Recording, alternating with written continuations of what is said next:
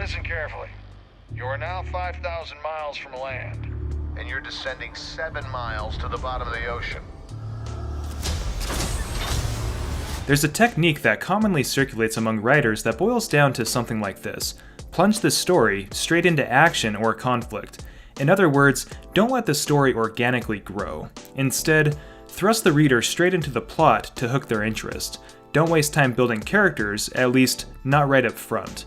But the problem that many writers face is this: if you jump right into the story, how do you effectively communicate tone, setting, themes, and character motivations? While some novels and movies benefit from jumping headlong into the plot, others suffer. Underwater is the most recent example of this concept that comes to mind. I won't go into spoilers regarding Underwater, but suffice it to say, the film wastes no time before jumping headfirst into the story. While we get some sweeping shots of the story's setting, there's no time to learn anything about any of the characters, or for the audience to get a feel for the marine underwater station the characters inhabit. Almost right away, things start to go wrong, and characters are shoehorned into the story and have to start making decisions without us as the audience fully understanding their points of view. We're left to guess as to why certain characters react to the situation the way that they do.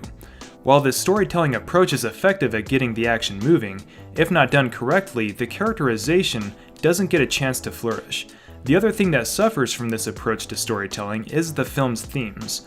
Underwater tries to inject a political message into the story, but ultimately these philosophical tidbits mean absolutely nothing because the writing never takes the time to set up any kind of theme for the story to build off of as a foundation. Of course, the proper way to do character and thematic setup is perfectly demonstrated by films such as Jurassic Park. And in the case of Jurassic Park, it managed to do both things. It jumped right into the action to get the audience hooked, but then it slowed things way down to focus on the thematic elements and the characters. In fact, for the first half of the movie, the pacing is almost glacial, and yet it's also fascinating and exciting. But why? It comes down to this. Jurassic Park starts with an injection of horror and action, but this short introduction doesn't directly involve the main characters. They get introduced later.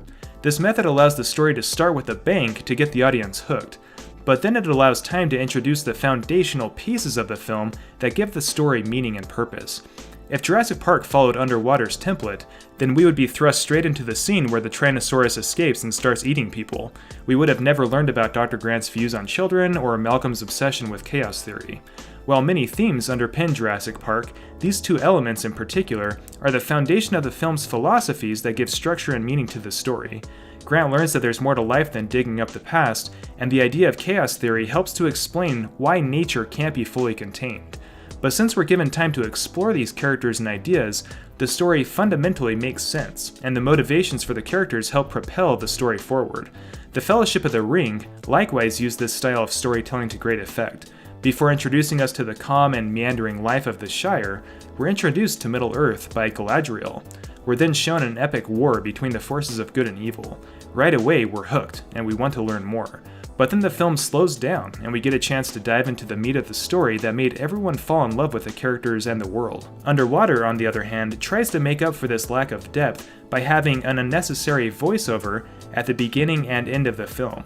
With this method, the writers must have felt that they could inject enough character into the story with this alone. But whatever the reason being, it feels cheap and tacked on in the end. It's almost as if the writers never heard of the adage, show, don't tell. Don't just straight up tell the audience what the characters are thinking. Allow characters to disagree and explore ideas.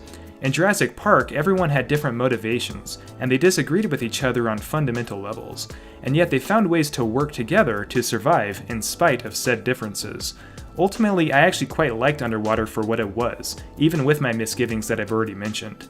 But the thing that separates Underwater from the likes of Jurassic Park is that the latter film had a purpose. It had something to say. Underwater said a few things, but the words didn't really mean anything. The characters did things, but we never really understood why, at least not entirely anyway. So while Underwater was enjoyable, it was extremely forgettable. I love science fiction disaster stories, so I appreciated Underwater for the things it got right. Still, I think many modern filmmakers are so focused on hooking the audience right up front that they forget to slow the story down and allow the characters and themes to live and breathe. But enough from me, what did you think about Underwater? If you agree or disagree, let me know in the comments below, and don't forget to like and subscribe, and I'll catch you next time. Never found the time to get married. You don't seem to be pushed for time now. Or did you just come over to add interesting items to your diary? Like the name and description of that French girl you swam out to meet. You are husband hunting after all. That wasn't jealousy you heard working. Merely disappointment in your limited imagination. Teenage